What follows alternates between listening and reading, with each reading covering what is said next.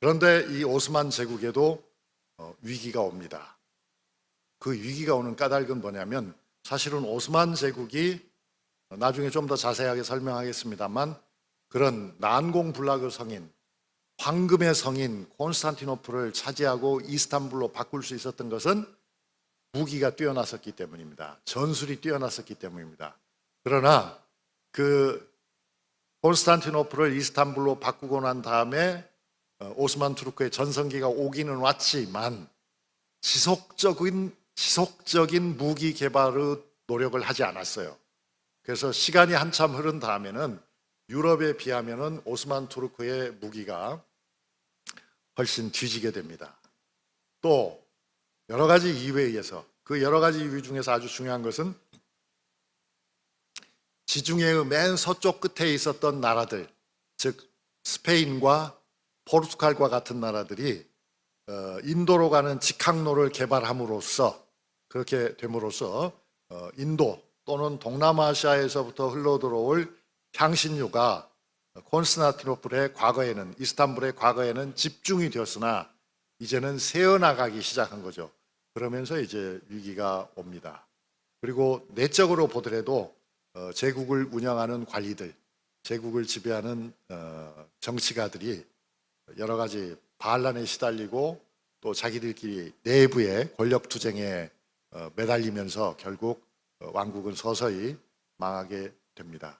그런데 이제 이 오스만 투르크가 망해가는 과정은 지금 여러분은 이제 저와 함께 뭘 하고 있냐면 비교적 우리에게 생소한 국가인 생소한 제국인 오스만 투르크의 정치사를 지금 한번 훑어보고 있는 것이죠. 그러니까 대략 선을 한번 쳐보고 있는 겁니다.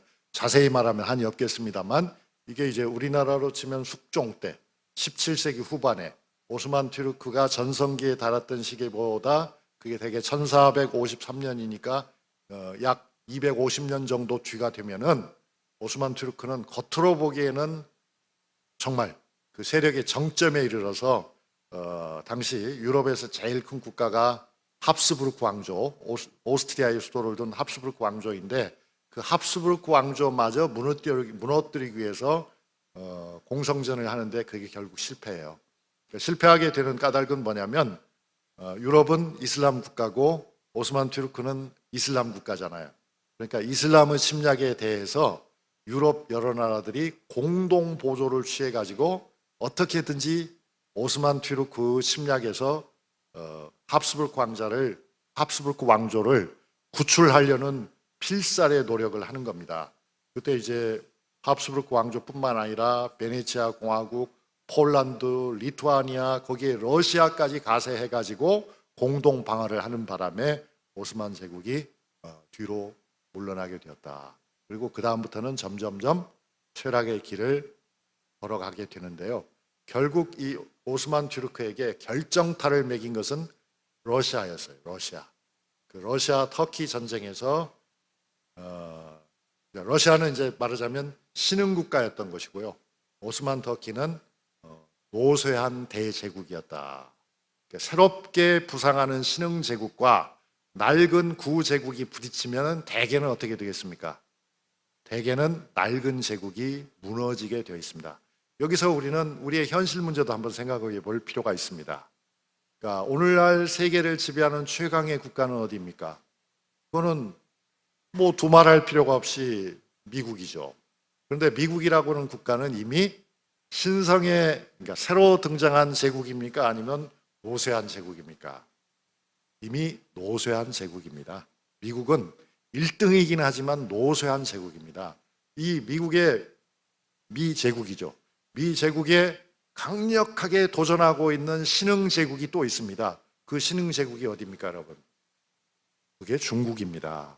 그러면 지금 미국은 지난 몇 년 전부터 중국을 전방위로 포위해가지고 중국을 완전히 고립시키고 중국을 완전히 침몰시키기 위해서 여러 가지 노력을 하고 있습니다. 자, 결과가 어떻게 될까요?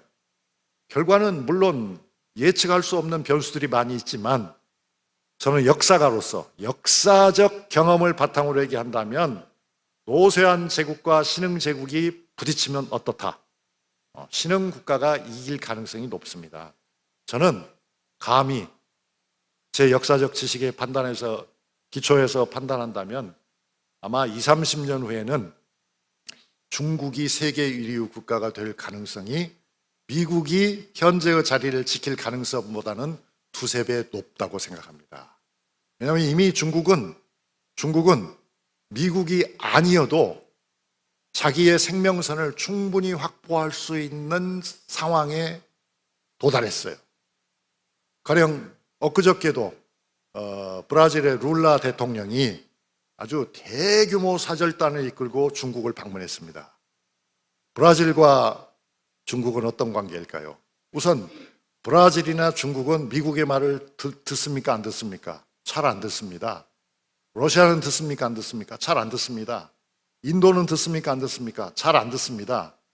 그 밖에 중국이 추진하고 있는 1대1로 사업에 시진핑이 추진하고 있는 사업이 1대1로 사업이고 그 1대1로 사업은 신실크로드 사업이라고 할 수 있는데요. 거기에 직접 관련된 국가가 50개도 넘습니다. 그러니까 아프리카와 동남아시아와 그리고 라틴 아메리카에는 중국 편이 많습니다, 여러분. 그러니까 미국과는 별로 관계가 없는, 미국의 말을 잘 듣지 않는 나라들이 중국 편에 지금 다 붙어 있는 상황입니다. 그래서 저는 지금 제가 뭘 많이 알고 있다는 것을 여러분에게 자랑하려고 하는 것이 아니라 우리는 지금 제국의 시대를 말하고 있거든요. 그 제국의 시대를 말하는 근본적인 이유가 뭡니까?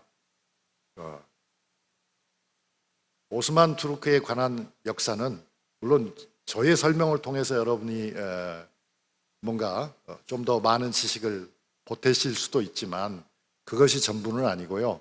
제가 생각할 때는 그러면 오스만 투르크를 우리가 얘기할 적에도 밑바닥에 깔려있는 것은 우리의 현실이다. 우리의 문제다. 이것을 어떻게 넘어갈 것인가 하는 것인데요.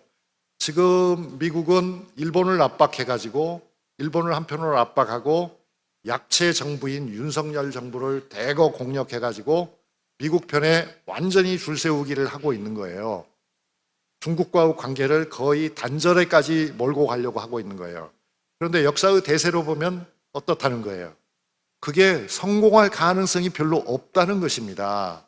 근데 과거 문재인 정권이나 과거의 노무현 정권이나 과거의 김대중 정권은 미국의 압력에도 불구하고 어떤 태도를 유지했다고 여러분 보십니까? 그러한 압박에도 불구하고 중립적인 지점을 찾아내기 위해서 노력을 했고 그렇게 해서 그때는 우리의 수출이 늘어나고 우리의 무역 수지가 유지됐던 것입니다. 그런데 윤석열 정권으로 가자마자 벌써 끊임없이 무역 적자가 증가하고 있습니다. 앞으로 더 증가할 것입니다. 그 이유는 무엇입니까? 사실은 근본적으로는 중국과의 관계가 원활하지 못한 데 이유가 있는 것입니다. 그러니까 이제 여러분이 대통령이 빨리 되셔서 이 문제를 좀 해결을 해야 됩니다. 그 말은 제가 미국하고 손을 끊어라. 그건 너무 단순한 생각이에요. 그게 아니고요. 미국과의 관계도 유지하면서 중국과의 관계도 어떻게 유지해갈 방법을 찾아야 된다.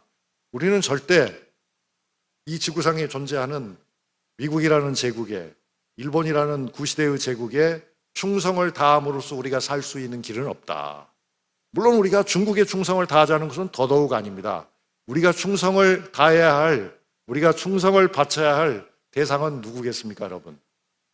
그것은 1차적으로 우리 자신입니다. 충성이라고 하는 것은 남에게만 하는 것이 충성이 아닙니다. 가장 기본적으로는 자기 자신에게 충성을 다해야 되는 거죠. 자기 자신에게.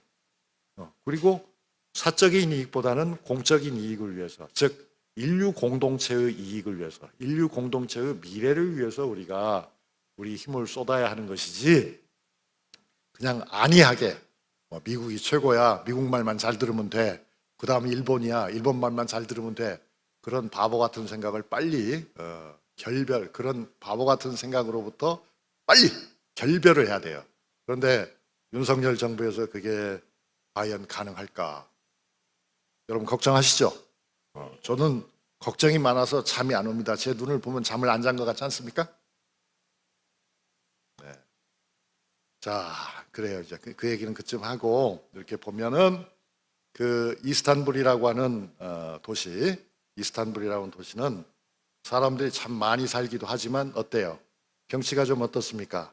아름답습니다. 이게 보스포러스 해협을 건너가는 지금 다리가 보이고 있고, 이 지금 현재 터키의 대통령은 누구죠? 에두안이라고 하는 인물인데, 그 사람은 아주 아주 평범한, 그야말로 귀족 가문이 아니고 보통의 아주 출신이 낮은 사람으로서 법률을 통해서 법률가가 되어가지고 성공한 인물인데, 굉장히 담력도 뛰어나고 그래요. 협상 능력도 강하고. 그런데 오래 장기 집권하면서 점점 독재자의 길을 가고 있어서 그게 좀 문제이긴 합니다. 그런데 그런 문제 덩어리의 에도안이기는 하지만은 오스만 튀르크의 전통 속에 그가 서 있다는 것을 저는 여러 차례 확인했습니다. 왜냐하면 지금도 튀르키예는 나토에 속한 국가이기도 하면서 러시아로부터 무기를 사다 쓰는 나라이기도 해요. 정말 아주 특이한 인물입니다. 그래서 지금도 러시아와 우크라이나 전쟁 사이에서 이 에도안이라고 하는 사람은 어느 한쪽에 딱 서 있는 게 아니고 양쪽을 중재하는 역할을 많이 하고 있어요.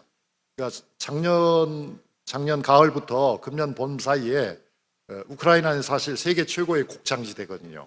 우크라이나에서 생산된 많은 밀들이 아프리카로 가야 돼요. 아프리카로 가지 않으면 아프리카 사람 다 굶어 죽어요. 그러니까 그 우크라이나의 경제를 위해서도 수출이 필요하지만은 아프리카 사람들의 생계를 위해서도 그 밀이 꼭 가야 되는 겁니다. 그런데 러시아가 전쟁 중이기 때문에 못 가게 막았잖아요. 그 길을 터가지고 갈 수 있도록 협상을 중재한 사람이 바로 에도안이에요. 그러니까 그런 식으로 생각해 보면 저는 에도안이 가지고 있는 많은 약점에도 불구하고 터키가 직면하고 있는 많은 문제점에도 불구하고 한반도가 해야 할 역할이 바로 지금 터키가 하고 있는 것과 같은 역할이어야 된다고 저는 그렇게 생각합니다. 그러니까 미국이나 일본과 동맹 관계를 맺으면서도 필요하면 중국제나 러시아제 무기도 가져올 수 있고, 또 필요하면 미국이나 일본과 관계없이 러시아나 중국과 미국, 일본 이런 나라 사이들을 중재할 수 있는 역할을 대한민국의 대통령이 해야 되는 겁니다. 그런데 윤석열 씨가 이 강의를 꼭 들어야 되는데 뭐 머리가 나빠서 들어도 이해도 못하겠지만은